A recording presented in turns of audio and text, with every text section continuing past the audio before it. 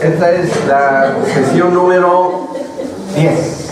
Exactamente, sesión número 10. Y no hemos terminado el tema que está, creo yo, que sí es muy interesante, porque estamos conociendo qué criterios aplica el Señor en una circunstancia de esta naturaleza. ¿Okay? Si se dan cuenta, y lo mencionamos, es dentro de una muy específica connotación, una cuestión de tipo sexual. Y vimos cómo, leyendo la carta a los Romanos, de una mente reprobada, no estamos haciendo un juicio porque ya lo hizo Dios, estamos relatando de algo que ya se emitió. La gran situación que se generó a través de las decisiones del rey David, muy erradas. Y el punto en el que nos quedamos, que es el que continuamos hablando acerca de qué es y cómo iba a solucionar el Señor. Y dijimos algo: no se podía interrumpir la línea del justo. Por eso el profeta Natán le dice: no morirás, por la cuestión de la sucesión generacional, exactamente. Pero la justicia de Dios se tenía que solucionar. Ahora, en el versículo 14 del segundo libro de Samuel, capítulo 12, porque esa estábamos allí, dice, en el versículo 14, dice: no morirás. Bueno, perfecto, nosotros ya sabemos por qué. Y dice así en el 14, sigue hablando el profeta, Dios a través del profeta dice: mas por cuanto con este asunto hiciste blasfemar a los enemigos de Jehová, el hijo que te ha nacido ciertamente morirá. A ver, ¿quiénes fueron los enemigos de Jehová? ¿Se acuerdan que dijimos que esto fue en un ámbito espiritual? ¿Qué ámbito espiritual era? Y dijimos, ¿quiénes eran los contendientes? Los contendientes eran todos los entes espirituales de los amonitas, que se habían quedado sin habitación, porque se murieron los hombres donde ellos residían, en la batalla que tenía el rey David. Y estos espíritus perversos e inmundos iban a tomar represalias en contra de David. Buscaron cuál era el punto débil y lo encontraron, ¿sí? Que fue con una conducta sexual no controlada, no mantenida en autoridad, y por ahí se fueron. Entonces, la situación que, como mencionamos, Dios estaba esperando, que debía de haber muerte. ¿Por qué? Porque el rey David lo dijo: es que tal hombre debe morir, ¿sí? Entonces el Señor dijo: ok, estoy de acuerdo, tú lo dijiste, eres hombre de pacto, tiene que haber muerte, pero no tengo que acabar con la sucesión generacional. Así es que va a haber muerte, y el que va a morir va a ser el hijo que engendraste, con Betsabé. Entonces Dios va a tomar la vida de este pequeño.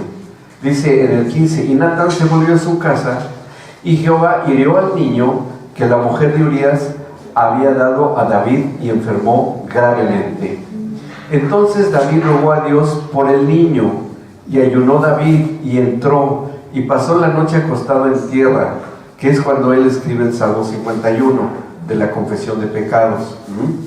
Y él ahí dice: quita de mí, Señor, tu Santo Espíritu. Bueno, es un salmo que verdaderamente vemos un arrepentimiento según Dios de parte de David, de haber cometido ese pecado sexual con Betsabé.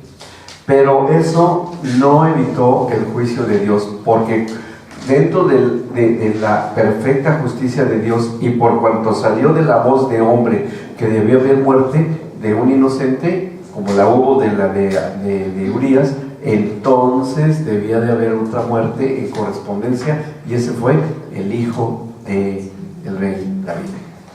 Ahora, uno lo ve así, muy feo, muy tremendo, muy radical, pero como en alguna ocasión comentamos, la muerte física para el Señor es relativa. ¿Me explicó? ¿Por qué? Porque el espíritu, y eso es algo que les comenté desde en la mención anterior, empecé diciéndoles que el hombre finalmente sí gozamos de eternidad. La cuestión del destino de nosotros es de ubicación. Estaremos eternamente donde decidamos. estar. El Señor nos pone la alternativa, aquí o acá, y uno toma la decisión.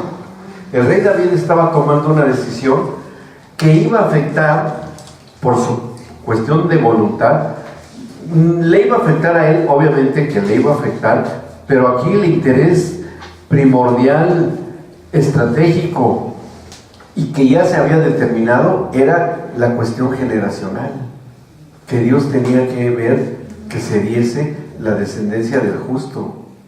O sea, iba más allá. Y saben que David sí había tenido la revelación de eso. Cuando David, en una de sus oraciones que queda en forma de salmo, donde dice, y dijo el Señor a mi Señor, te pondré por estrado de tus pies, está reconociendo David que había un Señor que estaba en sujeción a otro Señor, y está hablando proféticamente de Jesús, de Jesucristo. Mismo David fue inspirado a profetizar de esa línea generacional que vendría, y así fue. Entonces no hubo más que David se tuviese que sujetar a la disposición justa de Dios. Dice el versículo 17, de que estuvo toda la noche acostado en tierra, y se levantaron los ancianos de su casa y fueron a él para hacerlo levantar de la tierra, mas él no quiso ni comió con ellos pan. Y al séptimo día murió el niño. Y temían los siervos de David hacerle saber que el niño había muerto, diciendo entre sí, cuando el niño aún vivía le hablábamos y no quería oír nuestra voz. ¿Cuánto más se afligirá si le decimos que el niño ha muerto? Mas David, viendo a sus siervos hablar entre sí, entendió que el niño había muerto, por lo que David dijo a sus siervos, ¿ha muerto el niño? Y ellos respondieron, ha muerto. Entonces David se levantó de la tierra, y se levantó, y se ungió, y cambió sus ropas, y entró a la casa de Jehová, y adoró. Después vino a su casa, y pidió, y le pusieron pan, y comió.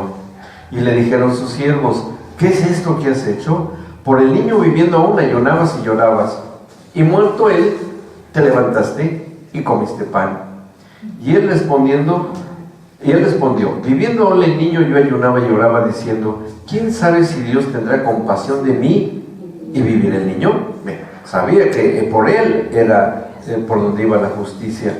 Mas ahora que ha muerto, ¿para qué de ayunar? ¿Podré yo hacerle volver? Yo voy a él, mas él no volverá a mí. Y consoló David a Betsabé su mujer, y llegándose a ella durmió con ella, y ella le dio a luz un hijo, y llamó su nombre Salomón, el cual amó Jehová. Entonces, ahí vemos que la línea del justo no se interrumpió, porque era la misma mujer, el mismo varón, y la línea generacional viene por ahí. Ahora, esto que acabamos de leer, en el caso del rey David, que tiene un trasfondo en un ámbito de justicia, de ley, de juicio, vemos cómo entran, y volviendo a nuestro subtema, cómo entran en juego todas las voluntades. Las voluntades son importantes. Ahora, yo quiero que ustedes consideren una cosa muy, muy importante. Nosotros estamos voluntariamente, dentro de un pacto con Dios. Sí. ¿Verdad? Estamos dentro. Y fue que lo aceptamos estar. Aceptamos estar incluidos, involucrados dentro del nuevo pacto. Si bien este pacto se hizo a través de Jesucristo, pero lo aceptamos que yo estaba en él cuando él hizo este pacto. O sea, yo también tengo esa misma calidad de pacto con todos sus términos para con el Señor. Luego entonces, si esto fue en una connotación de una conducta sexual, obviamente que a nosotros también nos toca esa área, ¿sí? O sea, podríamos decir, entonces, ¿la conducta sexual del creyente está contenida, considerada dentro del nuevo pacto? Sí, definitivamente sí. Y ahora entendemos por qué. Porque nosotros somos parte de esa descendencia que el Señor buscaba desde el principio con nuestro antepasado Adán. Y somos esa línea generacional, ¿sí? Porque la cabeza está en la presencia del Señor, que es Cristo, pero su cuerpo está aquí en la tierra. ¿Sí? O sea, la cabeza piensa, la cabeza decide, la cabeza oye, la cabeza ve y le manda órdenes a su cuerpo. Y si Cristo, que es la cabeza, piensa, ve en un ámbito de una sexualidad, estando su cuerpo en la tierra, ¿cuál será la orden que Él emita desde allá, de la presencia del Padre? Que mi cuerpo cumpla el diseño del Padre, que viva su sexualidad, pero que la viva en santidad. No la prohíbe, sino que Él pide que seamos mayordomos de una sexualidad en santidad. ¿Está bien? ¿Por qué? Porque somos su cuerpo. Y es más, ya estamos mucho más involucrados que un pacto, porque en un pacto un pactante está de este lado y otro pactante está de este lado. Un David estaba aquí, un Señor estaba acá, pero ahora ya no. Ahora los pactantes están fusionados en uno, y ahora el que tiene el pacto es Cristo con el Padre. Pero dentro de Cristo, y nosotros en Cristo y Cristo en nosotros, estamos fusionados. ¿Me explico? Es decir, hay una mayor responsabilidad de mayordomía en el manejo de nuestra propia conducta sexual. ¿Sí? Ahora, leímos en Romanos todo lo que decía de por qué los hombres van perdiendo poco a poco su carácter y su identidad para con lo que Dios diseñó. Y ahí, si proseguimos la lectura en la carta a los Romanos, vamos a encontrar, y vamos a Romanos capítulo 1, porque les dije que también teníamos que considerar algo del capítulo 2. Y ahí seguimos, Romanos capítulo 1, y habíamos quedado hasta el versículo 31, dicen esos desleales sin afecto natural, sin misericordia, como consideramos que en esa estaba el rey David, ¿sí? El 32 dice, ¿quiénes estos hombres que hacen esto? Quienes habiendo entendido el juicio de Dios, o sea, David lo entendía, por eso es que tuvo esa reacción que tuvo tan extraña para sus siervos, de que cuando le dicen que el niño ha muerto, y se levanta y deja de ayunar, se viste bien, se lava, se baña y empieza a comer, no era porque no le hubiera importado poco la muerte de su hijo, sino que él entendió precisamente que el juicio de Dios ya se había cumplido. Y él había entendido ahora que la justicia del Padre, con todo el dolor de mi corazón, con todo lo que sufrí, fue contra mi hijo. Ahora yo como padre he visto que la justicia de mi Padre se cumplió en mi hijo. Y el Señor, con los siglos, le diría, sí, y yo también voy a tener que cumplir esa misma justicia con mi hijo, con Jesús. ¿Sí? Hijo por hijo, ojo por ojo, diente por diente, en un acto de supremo sacrificio y justicia. Entonces, ¿qué fue lo que pasó en la cruz con respecto al pecado del rey David? Para poder limpiar su pecado, que en la línea descendiente de David, en la persona del Señor Jesucristo, él tenía que llevar en la cruz del Calvario el pecado de su antepasado, del rey David, pero hasta que el tiempo llegara. Así es que Jesús, uno de los pecados que él cargó fue el pecado de inmundicia sexual, de adulterio y todo, claro. ¿En quién? Por lo que hizo su antepasado espiritual, la línea generacional, pero también incluye, obviamente, a lo que sería su cuerpo, o sea, a nosotros. ¿Bien?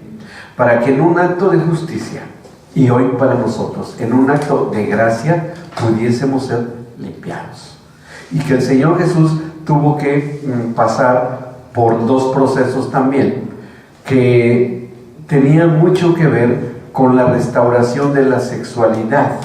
Uno de ellos fue, aparte de lo de limpiar y de resolver la cuestión generacional a través del rey David, tenía que dar la justificación, o sea, que le tocaba al Padre a través de él, de Jesús, le tocaba justificar la parte del pacto que quedó pendiente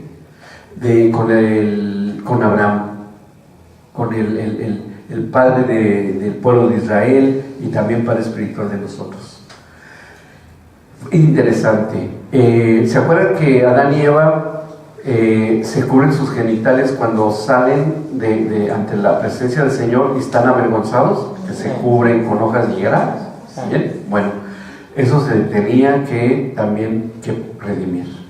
Ese acto de ocultamiento de parte de Adán y Eva, de llevar su genitalidad al ocultismo o al oculto, tenía que ser restaurado, tenía que ser llevado a la cruz, porque ellos se cubrieron porque tenían vergüenza del diseño de Dios, vergüenza de lo que Dios pensó, elaboró, creó, diseñó bien, que funcionara perfectamente con fines determinados que ya les mencioné. Tenía que hacerlo, pero que la voluntad de Adán y de Eva fue precisamente el de cubrirse. El diablo no los obligó, o sea, fue decisión de ellos, y ya estaba operando en ellos una mezcla de vergüenza y miedo, ¿verdad? Y que repercute en su genitalidad. Entonces el padre dice, esto también se tiene que solucionar. Cuando lo de Abraham, que le pide el Señor, Abraham, tenemos que solucionar lo de la genitalidad. Bien, y la manera como yo voy a poder solucionar esto es que milagrosamente tu esposa va a tener un hijo, y es cuando se embaraza de Isaac. Claro, la parte humana de Abraham iba a obrar, y para redimir a la mujer, la parte humana de María es la que pone, para que la parte creativa del Señor en su identidad como creador del varón, Él pone su parte y embaraza a María, ¿sí? No con un acto sexual, hágalo de declaración, porque eso fue una teoría y un pensamiento herético que se dio mucho en los primeros siglos del cristianismo, ¿no? Quiero hacer esa aclaración, sino que fue en un simple acto de aparición de espíritu en el embrión, que también materializa el Señor, como hizo Adán, así también los mismos elementos utiliza para fabricar al cuerpo de Jesús, ¿sí? En un acto creativo, no de una cuestión de tipo sexual, porque ahí no hubo una cuestión de tipo sexual en el embarazo de María, ¿o sí lo hubo? No, fue un acto creativo, ¿me explico? Pero la parte humana tenía que darse de una parte de humanos, y no iba a ser la de Adán, tenía que ser por parte de María. ¿Para qué? Para redimir a la mujer. Entonces la parte humana de Cristo que vino de María, eso redimió a la mujer, y tenía que redimir al hombre, al varón, que en este caso no va a ser a través de Adán, sino que va a ser a través del padre de la fe, que era Abraham, como varón. Por eso a él le da ese hijo, y tenía que ser por medio de la circuncisión, ¿sí? Es decir, le dice a Abraham, la manera como yo voy a llegar, quién sabe si se lo dijo, pero yo creo que sí lo entendió Abraham después, la manera como yo voy a redimir la sexualidad del género humano, que cayó en desgracia, tristemente, y que fue la decisión de Adán y Eva de cubrirse sus genitales. Lo que vamos a hacer es que tú pongas un antecedente en este pacto entre tú y yo, y que tú como varón te tengas que cortar lo que cubre tu miembro sexual. Te vas a cortar, te vas a circuncidar. Sí. Una pregunta. Sí. ¿Jesús redimió la sexualidad de sus generaciones llegando virgen a la cruz? Ahí vamos. Espera, déjame, porque estás un pasito adelante, pero ahí vamos a llegar, sí. Entonces, cuando va Abraham y se circuncida, entonces el padre tenía que responder a la misma acto de justicia de pacto, y entonces el varón que tiene el Señor, el Padre Celestial, a través de María, sin que entrara la naturaleza adámica, tenía que cumplirle esa justificación de pacto a Abraham. ¿Cómo? Circuncidando a su propio hijo. Y es cuando Jesús es circuncidado. ¿Me explicó? Tuvo que ser circuncidado, porque ahí está, que fue a los 8 días él fue circuncidado. Ahí se cumplió la ley a nivel terrenal, pero tenía que darse a un nivel espiritual también. Entonces, ¿cómo se soluciona el acto espiritual de la redención de la sexualidad humana? Cuando Jesús sube a la cruz del Calvario primero y es avergonzado y exhibido públicamente es exhibida su circuncisión, ¿sí? Y eso era una afrenta terrible, porque a los crucificados los crucificaban desnudos, especialmente a los judíos. ¿Y por qué? Porque así todos los que los veían, y que había mucho pagano, mucho romano, mucho del ejército romano, mucho comerciante que pasaba y veía los cuerpos crucificados, se burlaban de ellos, y la burla era: miren, este era hijo de Abraham, porque vemos que está circuncidado, y miren dónde acabó la justicia de su Dios, miren dónde está, avergonzando, ¿sí? O sea, de esa manera la circuncisión terrenal sube a la cruz del Calvario y es justificada el ocultamiento, porque con la circuncisión ya no se puede ocultar nada, sino que ya está al descubierto. Lo contrario de lo que hizo Adán y Eva. ¿Está bien? Y dice, y ahora, ¿cómo puedo solucionar lo espiritual? Lo espiritual es que esa fue la cuestión en cuanto a la restauración y la restitución visible, terrenal. La espiritual tenía que también redimirse en el sentido de que el Señor Jesús tenía que pasar por el martirio, por el suplicio de la cruz, y su corazón tenía que ser también cortado. Así como haya sido cortado el prepucio en la circuncisión, así también el corazón tenía que ser cortado a nivel espiritual por parte de un incircunciso.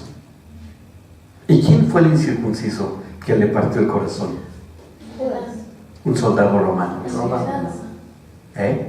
Sí, que en realidad era una espada, no fue una lanza, una espada atada a un palo, ¿sí? Un palo largo que ataba la espada, y eso, porque las espadas romanas eran las únicas armas, porque los judíos tenían prohibido tener armas, estaba penado de muerte. Entonces, por eso es Pedro que se enojó tanto el Señor Jesús que sacó una espada y le cortó la oreja a Malco, ¿no? Cuando lo llegan a prender el huerto, se enoja el Señor Jesús, ¿no? y le pega con gotita celestial la oreja otra vez al Malco. Es un milagro. Y la espada romana de 2 filos era la única que puede atravesar un costado, ¿sí? Un trayecto. Tengo un estudio del estudio forense de la muerte de Cristo que hice allá hace muchos años, de un reportaje médico, y bueno, ahí está con figuras y todo. La espada realmente atravesó aquí por el plexo solar, que está aquí en la unión de las costillas, entra por ahí la espada, atraviesa el diafragma, y para llegar al corazón no crean que era una distancia cortita, una punta de lanza no hubiera alcanzado, porque además las lanzas no llegaban hasta ahí, o sea, no tenían esa profundidad, por la manera que era en alto, en primer lugar, y la espada, la lanza, aunque se la clavara, no alcanzaría a llegar al corazón, ¿sí? Entonces era una espada de 2 filos que entraba y le atraviesa el corazón. O sea, y Pablo después habla y nos dice que nosotros tenemos que vivir la circuncisión del corazón, el prepucio del corazón, quitando la carne, quitando las obras de la carne que nosotros podemos efectuar a través de los pecados sexuales. Un creyente, hombre o mujer, porque esto corresponde a ambos, ¿sí?, que ha vivido, pasado y entendido lo que es la circuncisión del corazón, cortando el prepucio, o sea, la carne inútil que está en el espíritu, ahí cuando lo cree, lo vive y lo practica, está viviendo la circuncisión espiritual. Que eso solamente se puede lograr por medio, primero, del sacrificio de Cristo, y segundo, por medio de la fe en la circuncisión del corazón a través de Cristo Jesús, por cuanto él pagó el precio de haber sido atravesado su corazón por un incircunciso. ¿Sí? ¿Está bien? Sí. ¿Quedó claro? Qué buen plano. Qué complejo. Sí, complejo, pero así fue todo. Y todo fue por lo de David y de lo de Adán. O sea, fue por eso, o sea, todos esos motivos, porque todos los contenidos en el ámbito sexual que están en el antiguo pacto y los que están en el nuevo pacto, porque los hay, ¿sí? Vamos viendo cómo en realidad son dos periodos diferentes, el antiguo pacto de Adán y Abraham ahí, hasta llegar a la redención, un primer periodo o transición a través de Cristo, y viene la transición en el nuevo pacto a través de cortar el prepucio del corazón o acabar con las obras de la carne. Son esas dos etapas que el hombre ha vivido, y que en la etapa que nosotros vivimos ya en la gracia, y que por eso por fe lo creemos y aceptamos que deba ser circuncidado el prepucio de nuestro corazón, eliminando la carne, ¿sí?, que hay en nuestro espíritu, es que podemos disfrutar y gozar de eso. Y es purificada, santificada, renovada, restaurada nuestra vida sexual. ¿Sí? Sin sentimiento de culpa, de vergüenza, porque cuando hay vergüenza en el cuerpo de Cristo, y en lo cual ha estado sumida la iglesia evangélica durante muchísimas décadas, y se avergonzaba de hablar de los temas de sexualidad, era regresar a la actitud de Adán, de ocultarse. Se ponían sus hojas de higuera, muchísimos, yo no diría años, siglos, por la falta de entendimiento espiritual. Nunca se quitaba las hojas de higuera. Sí. Y que practicaba, o practica en algunos lugares todavía, el pecado sexual en lo oculto. Ocultismo. Exacto. O sea que está muy cerca de la hechicería. Muy cerca. Sí. Entonces quiere decir que el pecado de Adán, de ocultar la sexualidad ante los ojos de Dios, todavía puede hacer que se siga practicando, y que supuestamente en el pueblo que está bajo el nuevo pacto, sí, no han sido circuncidados. Sí, ¿vamos bien? Es delicado el asunto, ¿no? Bastante delicado. Sí. Sí. Estábamos leyendo en Romanos, ¿no? Ajá. Ya una persona que está fornicando dentro del nuevo pacto, Sí. como creyente. Sí. Ni tan creyente, pero bueno, digamos creyente. Claro. Sí. Cree que cree. Uno que cree que cree. Pero ahí, claro, ahí está claro. Sí. La decisión de justicia no es por la ley, por la gracia. Sí. Claro. Sí. Y entonces, ¿cómo se justifica? ¿O queda Solamente el arrepentimiento. Miren, los ladrones en la cruz del Calvario, que acompañaron al Señor Jesucristo en su suplicio, Pedro el apóstol, aún Andrés el apóstol, todos ellos fueron crucificados. Y su circuncisión también fue exhibida para burla y escarnio, ¿sí? Pero ¿qué diferencia hubo entre el buen ladrón y entre el mal ladrón? ¿Sí? Ambos estaban circuncidados. ¿Cuál fue el punto, la diferencia entre ambos? El arrepentimiento. Y ahí con uno operó la gracia, con el otro operó la justicia. O sea, ahí está la justicia crucificada y ahí está la gracia exaltada. ¿Sí? O sea, así es, el arrepentimiento es la clave. Romano está muy desarrollado todo lo que de alguna forma ahí la decisión de justicia por ley estaba muy entretejida, claro, muy intrínseca una con otra. pero acá en Romano es impresionante. Ah, sí, claro, ahí está la explicación de todo. Bueno, regresando a nuestro escrito aquí, que bueno, por eso es conveniente que ustedes puedan escuchar estas clases después, porque muchas de las cosas que yo digo no están acá. Sería un libro, que no es mala idea que que lo escriba yo quiero hacer este libro acerca de esto. Bueno, ya estoy en eso, pero bueno.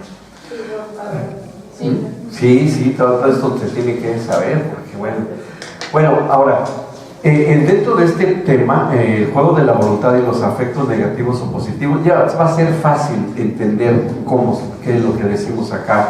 Y toco el punto ahí, casi al principio, dice los afectos tóxicos, ¿sí? No edificantes, contaminados con falsas enseñanzas de la sexualidad, como la que mencioné, distorsionan totalmente la correcta dirección de la intimidad marital.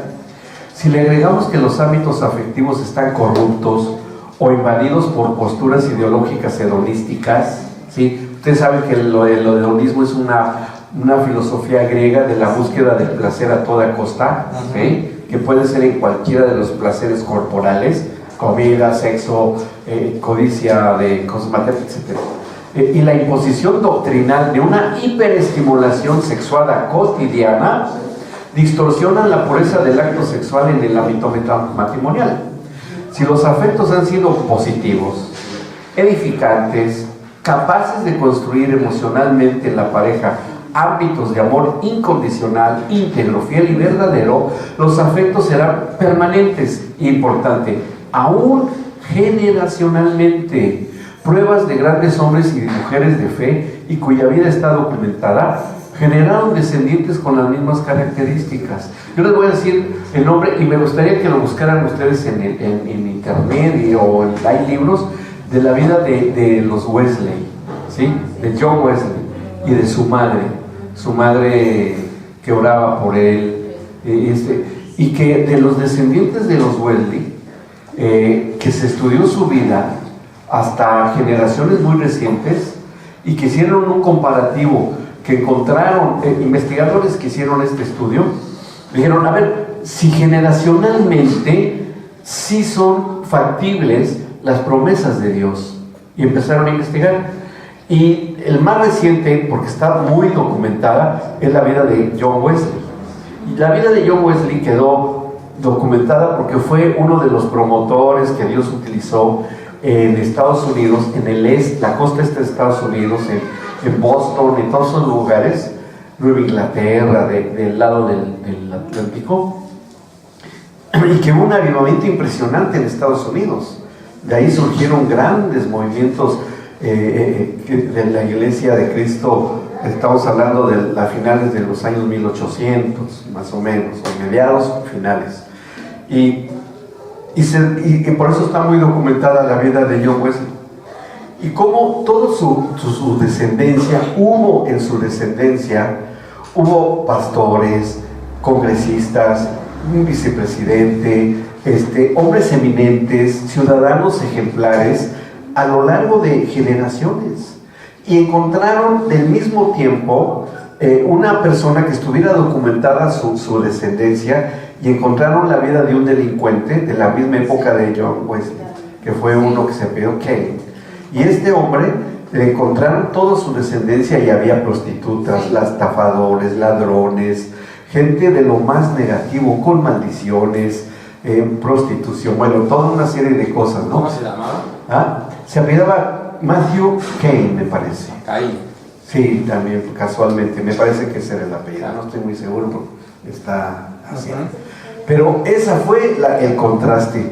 Y dijeron, bueno, por probabilidades es posible que haya salido adelante esta descendencia de esa oscuridad, de ese pozo. Bueno, vivían contemporáneos de John Wesley, famoso en todo. Era tan poderosa la unción que tuvo John Wesley, que ciudades enteras a donde él llegaba, el Espíritu Santo caía sobre los habitantes de los pueblos y eran redarguidos de pecados.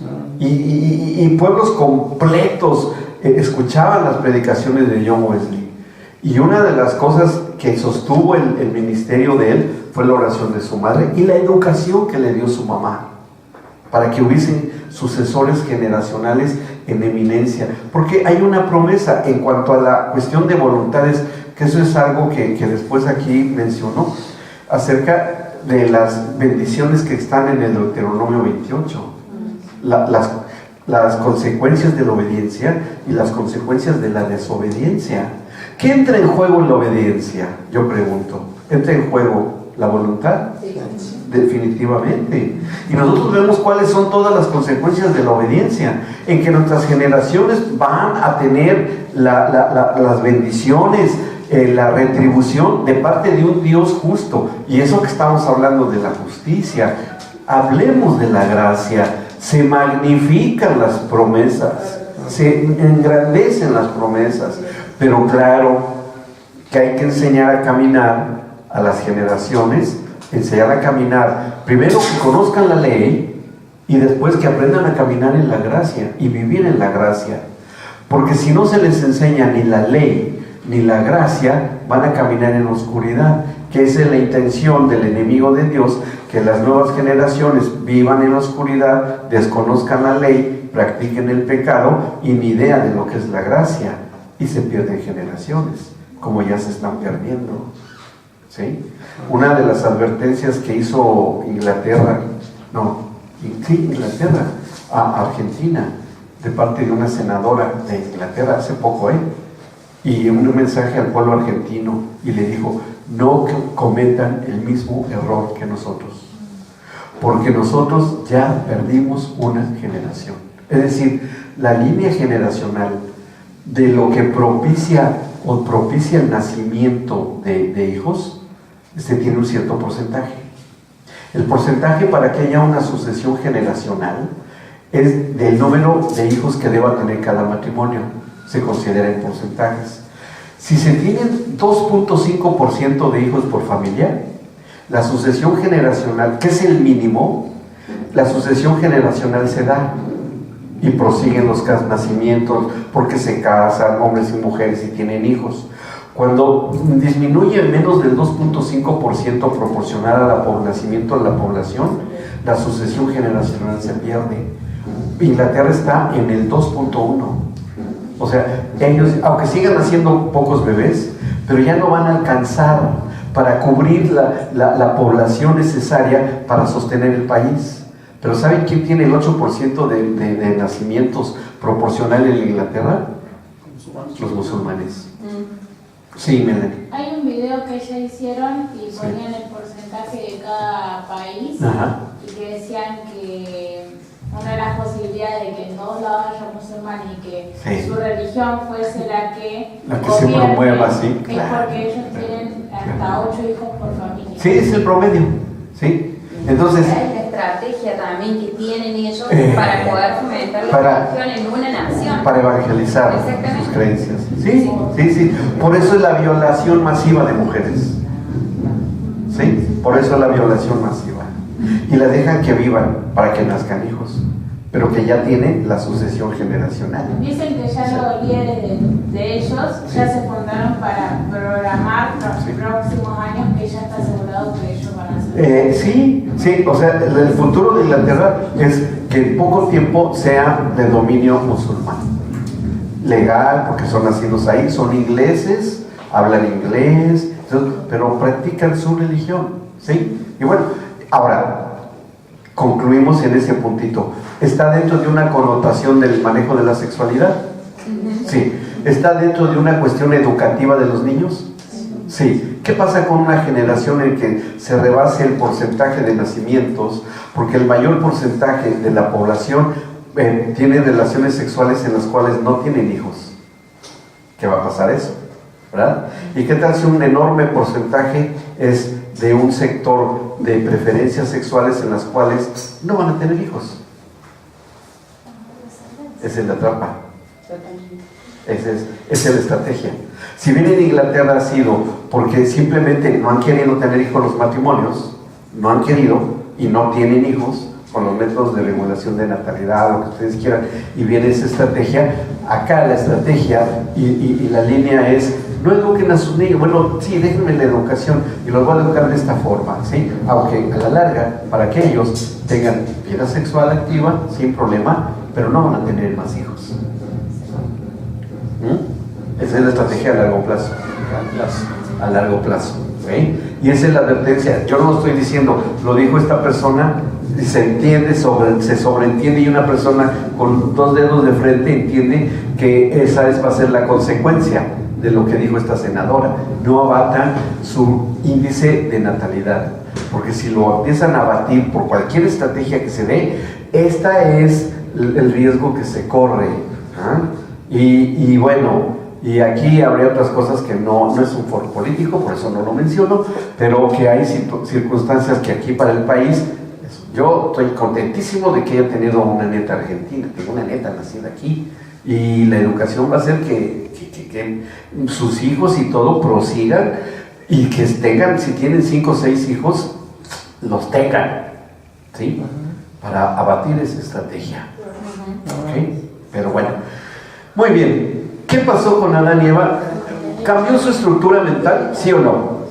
¿Cambió su estructura? Sí. Definitivamente que hubo un cambio por causa de la desobediencia. Ahora, fíjense cómo, porque el subtema era la cuestión de la voluntad. Ahora, la partecita que tenemos que hablar es acerca de las emociones, ¿sí? Porque el nombre del subtema es el juego de la voluntad y los afectos negativos o positivos. Ya hablamos de la voluntad, ahora vamos a hablar acerca de los afectos. O sea, que tenemos que entrar al terreno de las emociones. ¿Y por qué afectos? Porque los afectos son los que más interactúan con la cuestión de las relaciones íntimas, ¿o no? Porque si no hay afecto, es una relación animal. Entonces, si hay afecto, es una relación humana. Bien. 4 emociones básicas fueron, les recuerdo, fue creado el ser humano.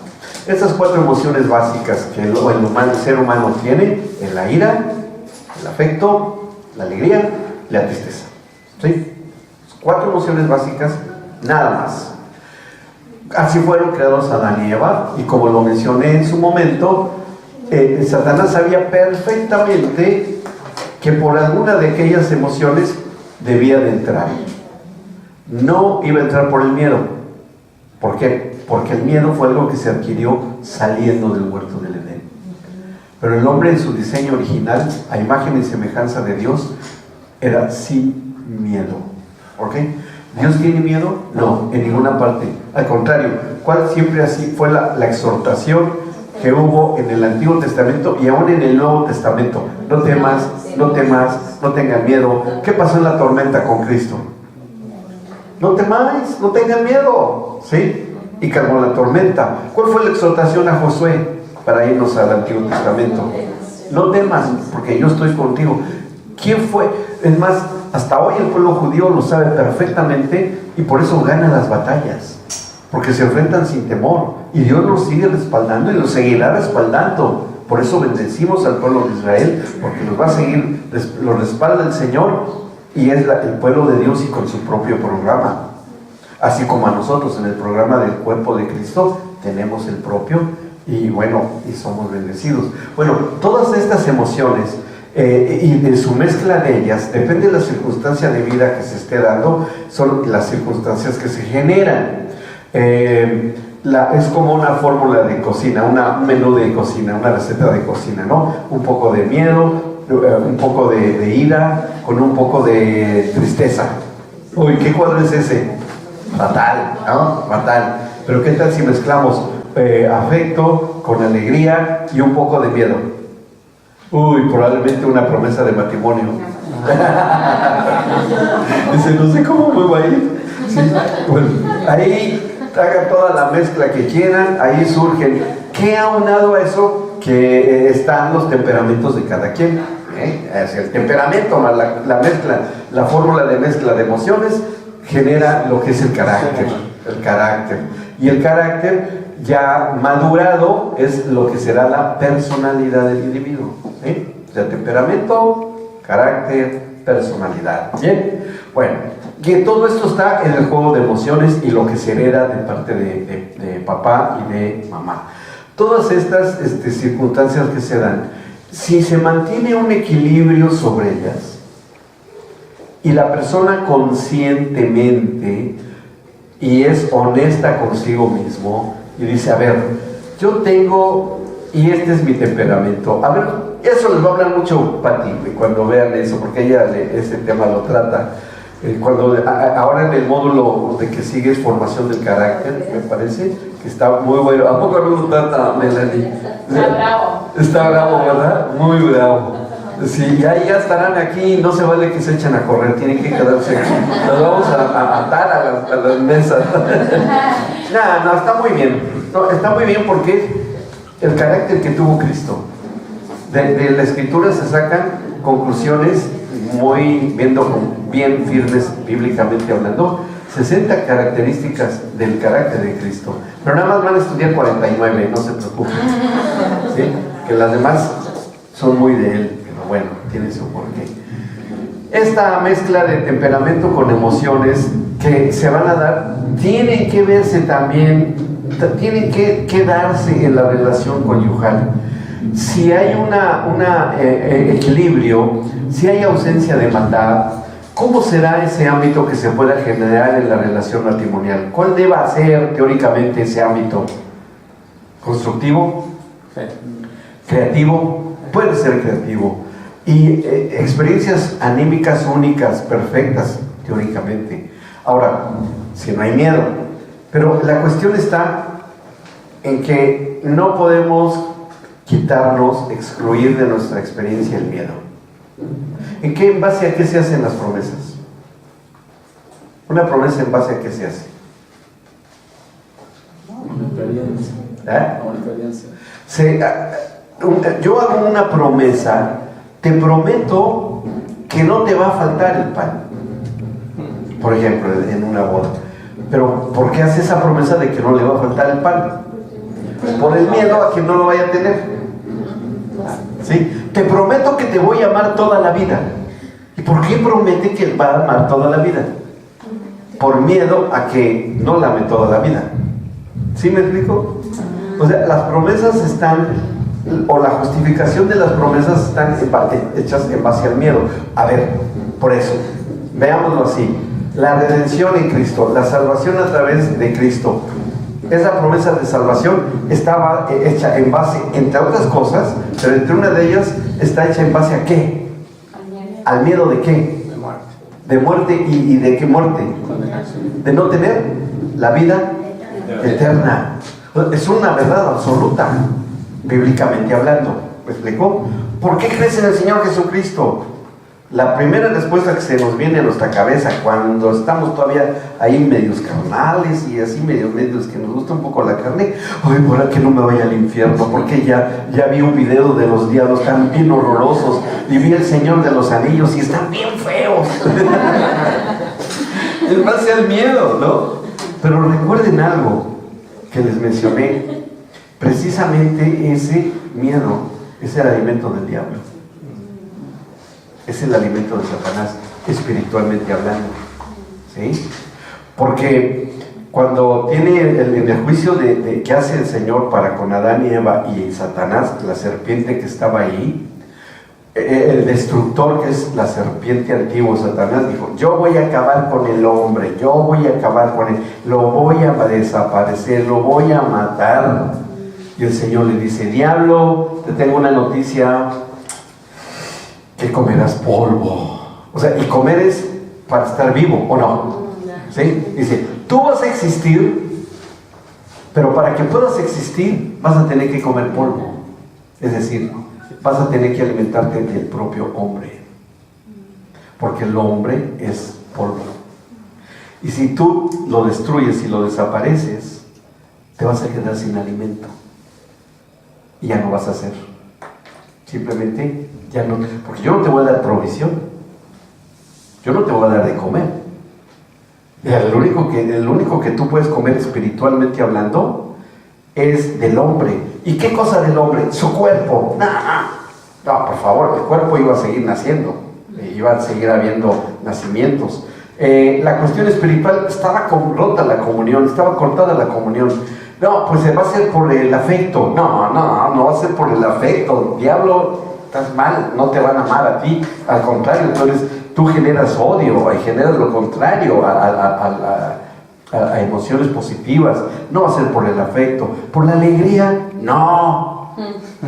Nadie está alegre de tener compañerismo con el diablo, ¿no? Bueno, por la tristeza, no. Por la ira, un poco, pero no es suficiente. Bueno, entonces, lo único que tú no le diste al hombre en el diseño original y que ahora ellos mostraron en esta emoción es por el miedo. Sí, es por lo único que te puedes alimentar a través del hombre, con el miedo. Es el alimento del diablo.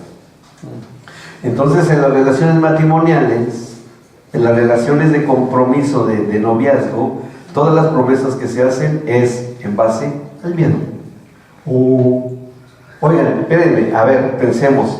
Cuando une el matrimonio el Señor Adán y Eva, ¿cómo los unió el matrimonio? ¿Traen sus anillos? No. ¿Traen también sus, lo que sea? No. Simplemente, ¿qué dijo el Señor? Den fruto y multiplíquense. Punto, se acabó, nada más. No había necesidad de más nada. No había que hacer otras palabras, no había que hacer un ritual, no había que llamar testigo. Bueno, sí, llamó a la creación como testigo, eso sí. Había que tener testigos. Y el diablo estaba ahí de testigo también, por si paseaba por el huerto, a lo mejor de lejos. Pero ¿qué está haciendo el Señor? Bueno, Dios, ¿qué está haciendo Dios con esas criaturas que son tan semejantes a Él? Piensan como Él, se mueven como Él, hablan como Él, se entienden entre ellos, se comunican entre ellos y tienen reacciones semejantes a Él. Pero, ¿qué están haciendo? Y cuando el Señor bendice su unión y les dice, sean una sola carne, que empieza ahí la legitimidad del uso del diseño de la sexualidad humana, ahí el diablo presta interés y dice, bueno, esos son cosas y diseños que Dios les dio. Creo que puedo entrar por ahí, creo que sí se puede. ¿Cómo? Y ya cuando él se entera que el alimento de él iba a ser el hombre y dentro del alimento del hombre iba a ser el miedo, dice, bien, perfecto, voy a comer del miedo del hombre. Eso es. Y el área sensorial por la que puedo entrar son por los ojos, los oídos, lo que ya hablamos, ¿sí? Entonces, puedo entrar por algo que pase por acá. ¿Por qué? Por su sexualidad. Y se ve el resultado cuando sale ante la presencia de Dios cubriendo sus genitales. Esa es la evidencia de que Satanás había entrado a esa área del ser humano trayéndoles miedo. Dice, oí tu voz en el huerto y tuve miedo y me oculté, sí, detrás de un árbol, pero ya estás frente a mí y sigues tapado, y sigues tapado con sus genitales. ¿Sí me explico? Sí. Entonces, ahí, esa fue la consecuencia o la resultante de que hubiese esta mezcla del miedo con sexualidad, con llevarla al ocultismo, y que después surgiera la necesidad de que en base al miedo se hicieran las promesas matrimoniales.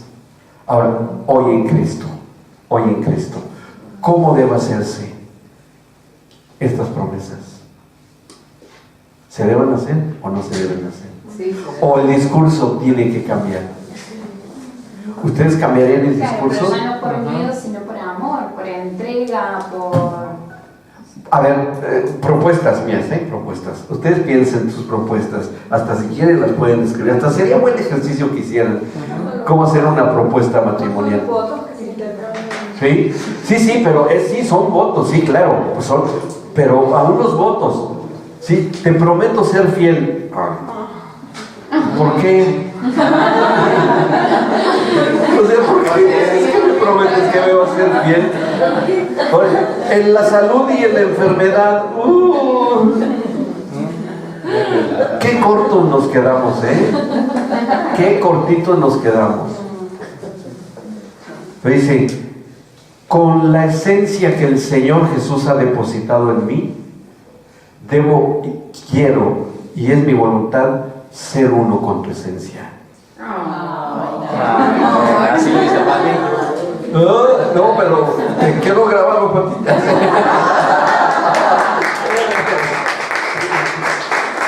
Bueno, a ver. ¿Hay miedo en esa promesa? No. ¿Es eterna? ¿Es contundente? Sí. ¿Al diablo le gustará eso? No. ¿Qué dirá el diablo con eso? Oh. No puedo hacer nada. Nada. Así como el Señor Jesucristo es uno conmigo, yo así quiero ser uno contigo y tú conmigo. ¿Qué tal? Piénsenla. Hagan una carta romántica espiritual. Ya necesito que esté aquí mi esposa. ¿Sí? Bueno, sí, miren, porque cuando la promesa se cumple, y Cristo ya cumplió su promesa, el Padre cumplió su promesa de amor, ya no se requiere hacer una promesa en base al miedo, sino hacer una promesa, sí, pero basándose en la gracia total en Cristo.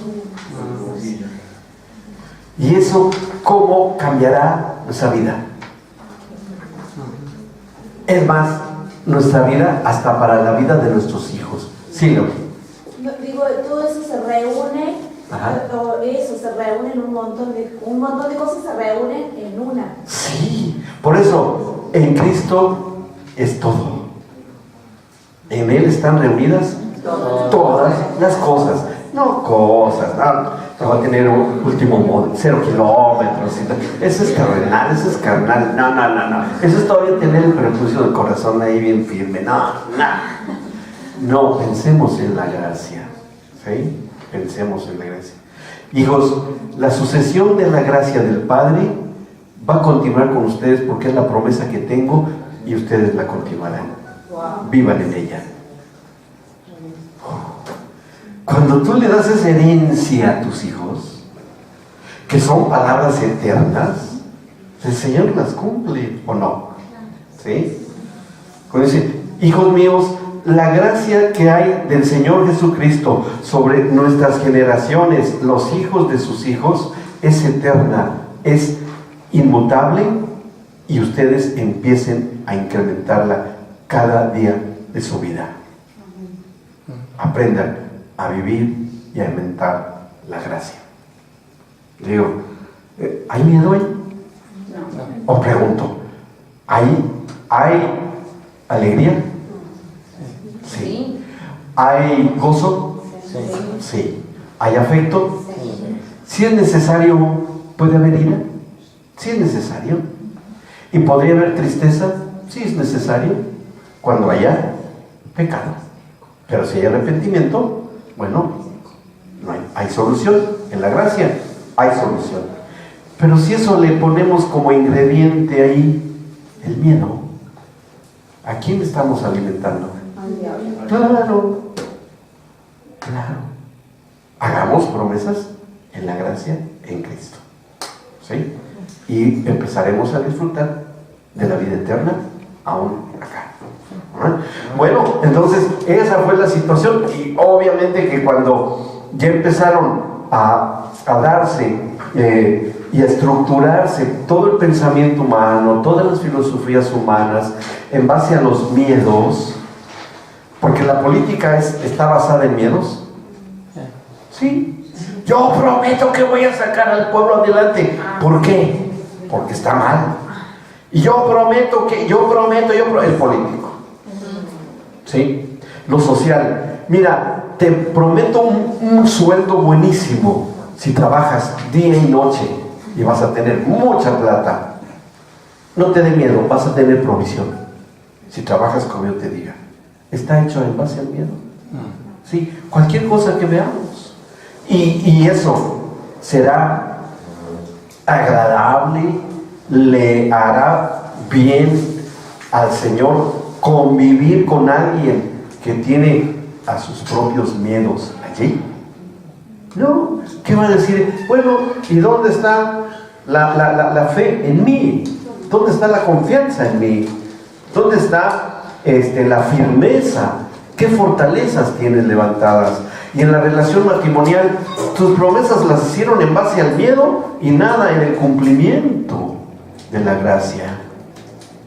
Y bueno, ahí es y obviamente que con cualquier cuestión que falle, cuando viene alguna situación que es común que llegue a ocurrir con las obras de la carne, los celos, la envidia, la competencia, el orgullo, cualquier cosa de las obras de la carne empieza a generarse miedo al abandono, a la traición, a la infidelidad. Todo eso está basado también en el miedo, Si vemos que todo ese tipo de cosas de la obra de la carne, todo tiene como un elemento común y sustantivo, el miedo. Y esto que va trayendo, y va llegando a un incremento hasta que llegue al abandono, a la traición, a la infidelidad. Y que entre mayor miedo, mayor proporción de destrucción hay en la relación conyugal. Eso fue lo que haya ocurrido con el Deuteronomio 28, cuando habla acerca de la desobediencia. Y si leemos este capítulo 28 del Deuteronomio, podemos ver que va dirigido a la familia, a la relación conyugal, a las relaciones entre padres e hijos. No es un tratado de política. Miren, vamos a leer algo del Deuteronomio 28.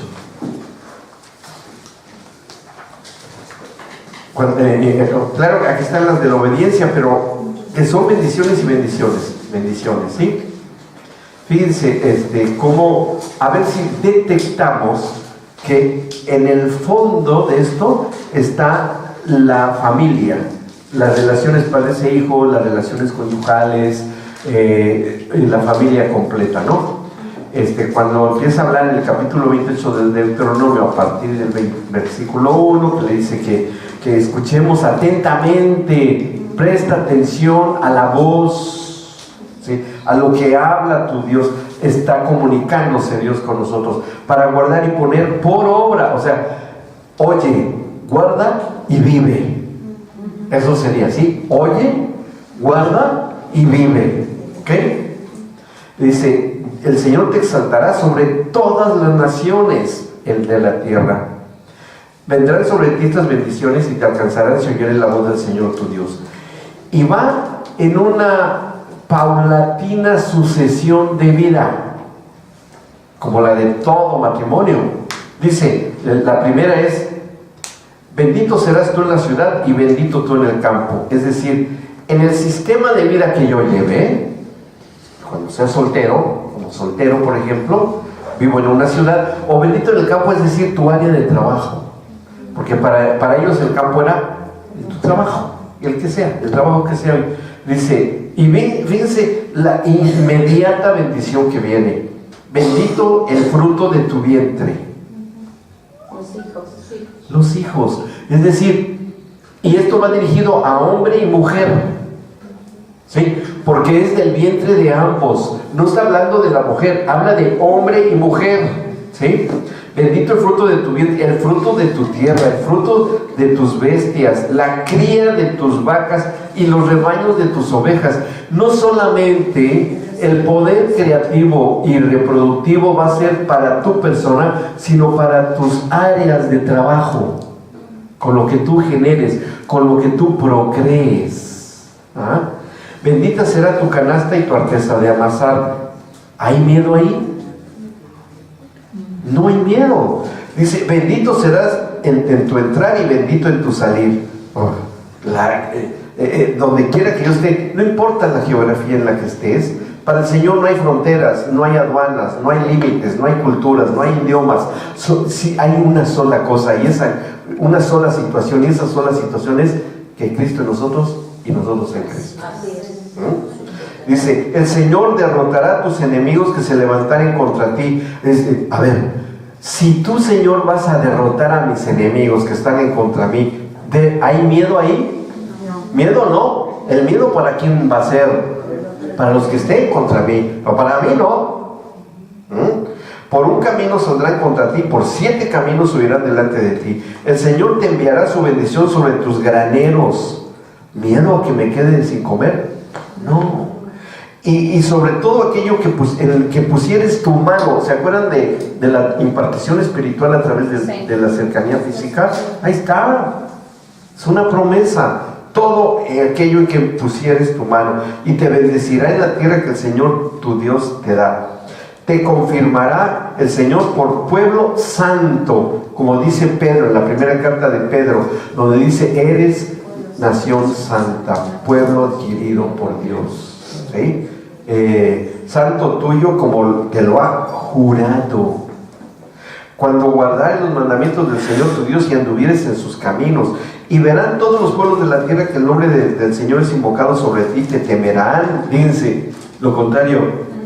¿Sí? No hay miedo en mí, al contrario, los impíos, porque eso es lo que están comiendo. ¿Ah? O sea, son pasto y alimento del diablo. Y se te hará Jehová sobreabundar en bienes, en el fruto de tu vientre, en el fruto de tu bestia, en el fruto de tu tierra, en el país que el Señor juró a tus padres que te había de dar. Te abrirá el Señor su buen tesoro, el cielo, para enviar la lluvia a su tierra en tu tiempo, y para bendecir toda obra de tus manos, y prestarás a muchas naciones, y tú no pedirás prestado. Te pondrá por cabeza el Señor y no por cola, y estarás encima solamente y no estarás debajo, si obedecieres los mandamientos del Señor tu Dios, que yo te ordeno hoy, para que los guardes y los cumplas. Y si no te apartares, condicionado, de todas las palabras que yo te mando hoy, ni a diestra ni a siniestra, para ir tras dioses ajenos y servirles. ¿Dónde está el miedo aquí? No aparece. Son promesas, pero no está en base al miedo. No están hechas en base al miedo. No. Pues no. ¿Dónde está? Ah, pero ¿qué tal con la desobediencia? Ahí está el juego de voluntades. Ahí es donde entra el que si obedecemos es por amor, por afecto. Y la relación conyugal es, como les mencioné en alguna ocasión, el matrimonio actual de creyentes es un modelo en maqueta, en proporción directa a la relación de Cristo y su iglesia. Lo sabemos y lo hemos escuchado mucho en discursos actuales en las iglesias, y es totalmente cierto. Bueno, ¿qué pasa cuando la voluntad es la desobediencia? Bueno, todo lo contrario. Dice el 15: pero acontecerá, si no oyeres la voz del Señor tu Dios, para procurar cumplir sus mandamientos, sus estatutos que yo te intimo hoy, que vendrán sobre ti todas estas maldiciones y te alcanzarán. Maldito serás tú en la ciudad y maldito en el campo, maldita tu canasta, tu arteza de amasar, maldito el fruto de tu vientre, el fruto de... O sea, todo lo contrario a lo que acabamos de leer. Y que habrá, ahora, en cada una de estas cosas que se mencionan en la desobediencia, ¿hay miedo? Sí. En todas y en cada una de ellas.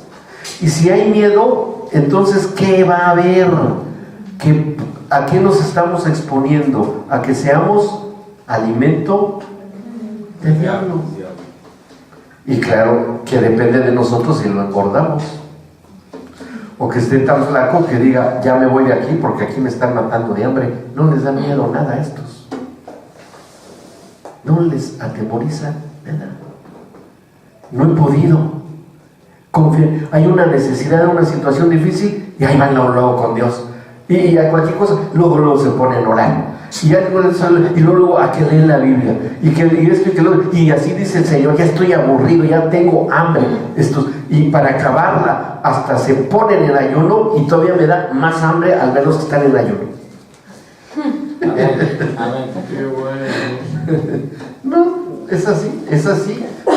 Son leyes espirituales. Y vean cuántos, miren, son 14 versículos para tener todas las bendiciones del Señor. Y desde el versículo 15 hasta el versículo 68 son cuestiones de la desobediencia. Es muchísimo. ¿Por qué? Porque el sistema del mundo tiene una configuración para generar miedo. A ver, hay muchos países que viven por miedo que les caiga una bomba nuclear. Sí. Hay países que le tienen miedo a sus gobernantes. ¿Verdad que sí? Hay lugares en donde se le tiene miedo a lo que los sistemas del mundo puedan llegar a deteriorar y acabar con la familia. Sí. Amados, no le tengamos miedo a los sistemas del mundo. Al tenerle miedo es darle alimento al otro. No pasará la palabra del Señor. No pasará. ¿Me explico? Entonces, voces del sistema que dicen que hagan, que crean, que practiquen con una religión nueva que ha surgido a nivel mundial, que es la religión de la serpiente, ¿sí? Es la ideología de género, es la religión de la serpiente, ¿sí? Es esa es. No tengamos miedo, se va a morir de hambre con el pueblo de Dios. Se alimentará a Dios que le tenga miedo, eso sí, y se puede poner muy gorda, muy obesa, muy pesada, pero a nosotros no llegará. Amén. ¿Vamos bien? Sí. Sí. O sea, conforme lo que consultaba, el divorcio, cuando está sido planteado por personas miedo. que ¿Sí? Y el miedo es muy carnal, Es tiniebla. ¿sí?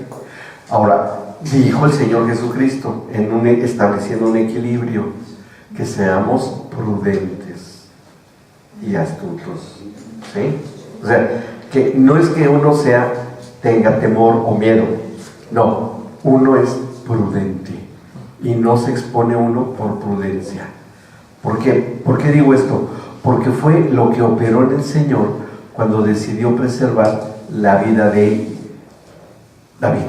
Y no porque tuviera miedo al Señor, no, fue prudencia de parte del Señor para preservar, porque Él sabía que por ahí tendría que venir la descendencia del justo. O sea, no fue por que haya tenido miedo de que no iba a haber descendientes. Él podía haber tenido otro hombre de pacto en su soberanía, no hay problema, pero ese era el plan desde el principio y así lo cumplió. ¿Me explicó? Entonces, el miedo es algo que debe salir y debe ser excluido de la relación conyugal, ¿sí? No tengas miedo que te voy a abandonar. ¿Por qué? No tengas miedo. Una esposa, cuando dice ¿me amas?, no es que esté mal, digo, no está mal, no. Pero cuando lo hace en un ámbito de duda, de incertidumbre, dice ¿me amas? ¿Pero por qué lo dices? Si sabes que te amo. A ver, ¿cómo respondió? Vean, no estoy diciendo algo que esté fuera de la Biblia, ¿no? Cuando le preguntó el Señor a Pedro, que quería probarlo, y le dice, Pedro, ¿me amas?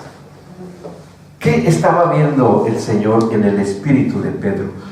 ¿Duda de que lo amara? ¿O estaba viendo la sombra del miedo?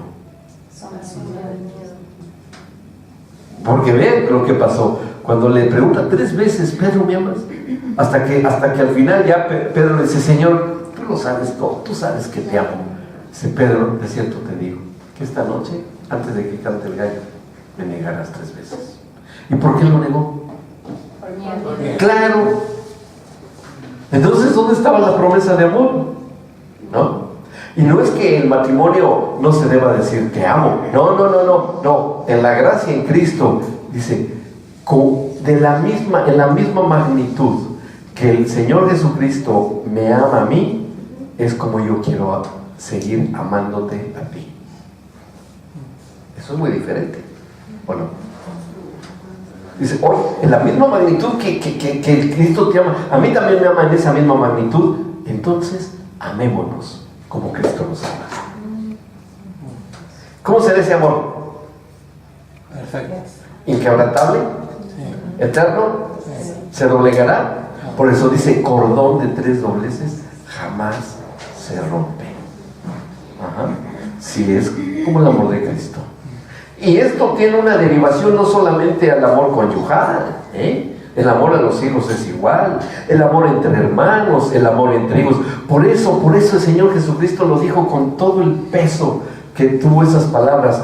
La máxima ley que hay es: amarás al Señor tu Dios con todas las fuerzas de tu alma, de tu corazón, de tu mente, y amarás a tu prójimo como a ti mismo. Pero esa clase de amor en la gracia, no el amor por miedo, porque eso no es amor. El amor tiene otra notación, tiene otro trasfondo. El amor eterno e incondicional, como el que tiene Cristo a su iglesia. ¿Cuándo va a dejar de amar Cristo a su iglesia? No, Si ya dio la máxima prueba de amor. Ya está, eso, ya está. Ya se dio, ya, es un hecho. Ahí está. Ahora, ¿cuál es lo nuestro? No. Lo nuestro es corresponder en el mismo amor, con nuestra voluntad y entendiendo el amor de la forma y la manera, con ausencia de miedo, de maldad, para que nosotros sigamos manejando nuestra voluntad en base a ese sustento de amor. ¿Sí? Si nosotros empezamos a funcionar con esta misma configuración, bueno, imagínense la calidad de vida que vamos a empezar a tener. Yo amo a mi prójimo como a mí mismo. Yo amo amo a mis hermanos en la fe, amo la creación, bueno, y no tienes miedo de que te pueda pasar esto y esto, no. ¿Tienes miedo a morirte? No, porque yo estoy en Cristo, tengo vida eterna. Que sea terrenal mi vida y que se me acabe porque mi cuerpo se deteriora. Pues sí, está bien, ¿y qué? No hay problema. El amor de Cristo no va a terminar ahí. Va a seguir y va a seguir y va a seguir y hasta que ya esté con Él. Ajá. Todo esto de que nosotros tengamos en consideración la eternidad y que esto también es para nuestras generaciones venideras, de que el apóstol Pablo nos ha enseñado acerca de la sincera fidelidad a Cristo, de que en el ámbito matrimonial veamos una parte bien importante en la 1 de Corintios, donde dice acerca de la no negación en el acto sexual dentro del matrimonio, de este amor incondicional que está, ya echamos fuera el temor, porque ¿qué dice la Escritura? El perfecto amor echa fuera el temor. Por eso, por lo que yo acabo de decir, dice solamente y en la totalidad de los seres humanos solamente puede ocurrir por la experiencia del nuevo nacimiento. El que no ha nacido de nuevo no sabe y no puede amar. Y Juan en sus cartas lo advierte muy claramente: el que no ama a su hermano es homicida. A ese nivel. El que no ama a su hermano, el que aborrece a su prójimo, es homicida. ¿Sí? No hace falta que lo mate físicamente, con que haya aborrecimiento o menosprecio. ¿Sí? Los racistas tienen un grave problema, ¿sí? Porque son homicidas, aunque no maten a nadie, y peor si matan físicamente a alguien. Entonces, el perfecto amor que se va y se refleja en el hecho conyugal, esto es el ideal de una disposición voluntaria, afectiva, positiva, y que Dios bendice y bendice en gran manera. Amén. Amén. ¿Alguna duda? ¿Preguntas? ¿No hay preguntas?